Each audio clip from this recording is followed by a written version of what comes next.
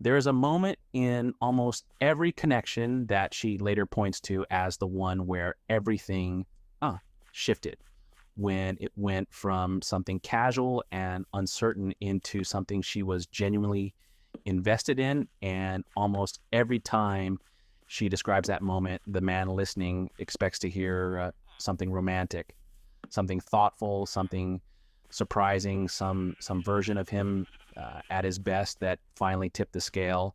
Instead, she says something that catches him off guard. She says something like, he told me I was wrong about something, or he didn't laugh at my joke just to make me feel good, or we got into a disagreement and he just held his ground.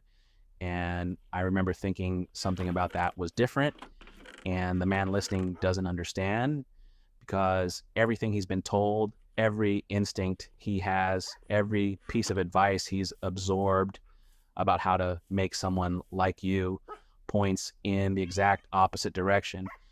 Agree more, validate more, make her feel good when she's around you. And yet the moment she describes as the one that changed everything is the moment he stopped doing any of that. The moment he was just honest instead.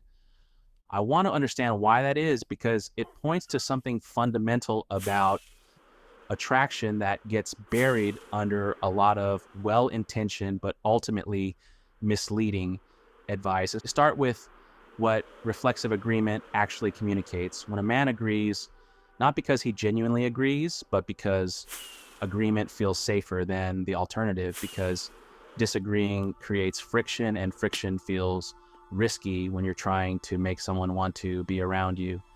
When he laughs at something that wasn't funny because the laugh signals warmth.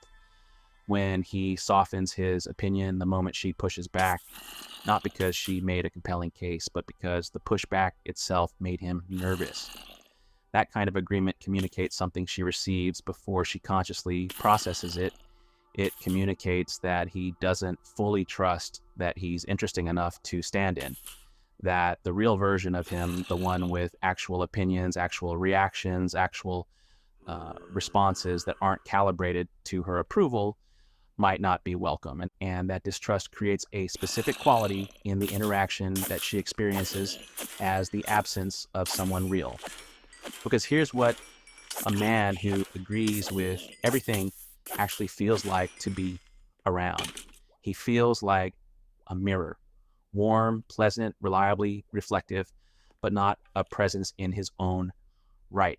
Not something with its own texture and weight and particular way of seeing things, just a surface that sends your own energy back at you. And while mirrors are nice, they are not the kinds of things you fall for. You cannot be genuinely drawn towards something that has no interiority of its own, no resistance, no friction, no moment where you encounter something clearly different from yourself that has to be genuinely engaged with rather than simply reflected.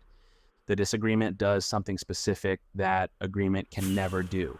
It announces the presence of another person, a real one, not a version shaped to fit the contours of what you seem to want, but an actual separate human being with their own mind, their own conclusions, and their own willingness to let those conclusions be present even when it introduces discomfort. And encountering a real separate person, which sounds like the minimum requirement for a human interaction, but is actually surprisingly rare, produces something in her that agreement never can. It produces genuine engagement, because you cannot be genuinely engaged with a mirror. You can only be genuinely engaged with something that has a self to engage with. And now here's what actually happens internally when you calmly tell her you see it differently. And the how matters as much as the what, not aggressively, not in the way of a man performing the quality of having opinions, not condescendingly, just clearly from the place of someone who actually thought about it, arrived at a different conclusion, and is comfortable letting that be part of the conversation without making it a confrontation. What happens in that moment is interesting. There's a brief micro experience of something adjacent to surprise, a slight recalibration, a sense of encountering something unexpected. And underneath that, something quieter and more significant, her mind actually engages.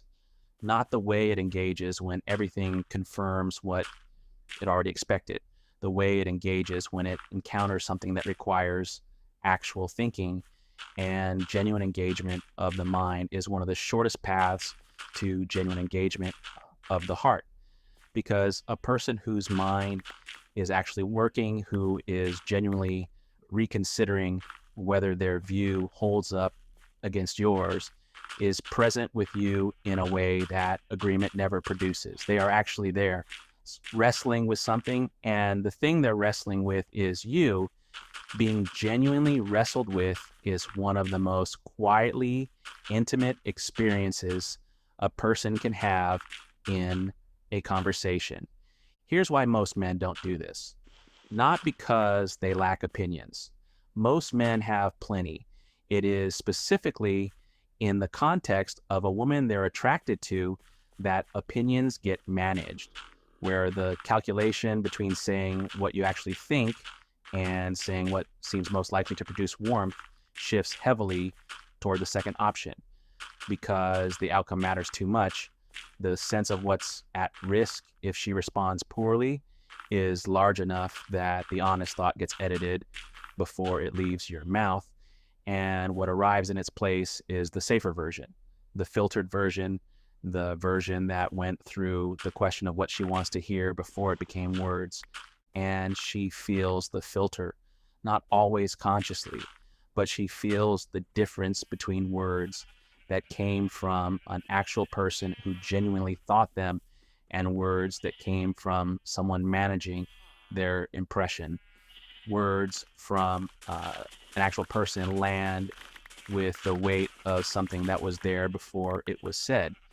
Words from someone performing have a quality of offering, it looked like they were assembled for her rather than produced from him. And assembled things don't feel like genuine access to someone. They feel like curated access, which is not the same as actually knowing someone. And there is a kind of validation that is real and a kind that is not. Like real validation is when someone genuinely thinks what you said was good or true, and they tell you so. It has weight because it has an honest mind behind it. The other kind is when someone tells you your thing was great because they could see you wanted to hear it. And that second kind, however warm it feels in the moment, doesn't have the weight the first does, because somewhere underneath the pleasant feeling, you can sense the assessment had no friction to it. It came too easily. It required no actual thinking, and validation that required no thinking isn't really about what you said. It's about the other person wanting you to feel good, which is kind, but it is not the same as being seen. The man who tells her something was interesting when he doesn't think it was interesting isn't being kind. He's being safe, and she deserves better than safe. Now, let me say something about what this is not, because there's a version of this that men hear and overcorrect with that is just as unattractive as reflexive agreement. The overcorrection looks like deliberate contrarianism. The man who disagrees specifically because he's been told disagreeing is attractive, who performs the quality of strong opinions rather than actually having them, who pushes back not because he genuinely sees it differently, but because pushback is his new strategy. She feels that performance immediately because performed disagreement has the same tell as performed agreement. It is primarily about the effect it is trying to create rather than the genuine encounter it is pretending to be. The thing that actually works is not strategic disagreement. It is the complete absence of strategy, the willingness to just be there honestly without editing toward whatever outcome you're hoping for. The man who is genuinely disagreeing is not thinking about how it will land. He is thinking about the thing they are disagreeing about. His attention is on the substance of the conversation rather than on managing her reaction. And that difference is palpable. She can feel the difference between a man who is in the conversation and a man watching it from one step outside, trying to direct its outcome. The first man is present, the second is performing, and presence is always more compelling than performance. What this really requires is a very specific kind of confidence, not the general quality that gets called confidence without much explanation. The particular kind that lets you say something she disagrees with, feel her disagree, and sit in that disagreement without immediately trying to soften it or take it back. That security, that specific immunity to the destabilizing effect of her disapproval is something she has almost certainly not felt from a man as often as she'd like, because most men still have enough of their sense of themselves sitting in her verdict that her pushback lands as something requiring management rather than something that can just be the natural friction of two people with different minds. But the man who has done that internal work, who has a settled enough relationship with his own worth that her opinion of his opinion doesn't change his opinion of himself, that man can just disagree cleanly, without drama, without defensive energy, just the grounded presence of someone who sees it differently and is comfortable letting that be true. And in that comfort, she encounters something she cannot quite shake, the feeling of being with someone whose presence is genuinely independent of hers.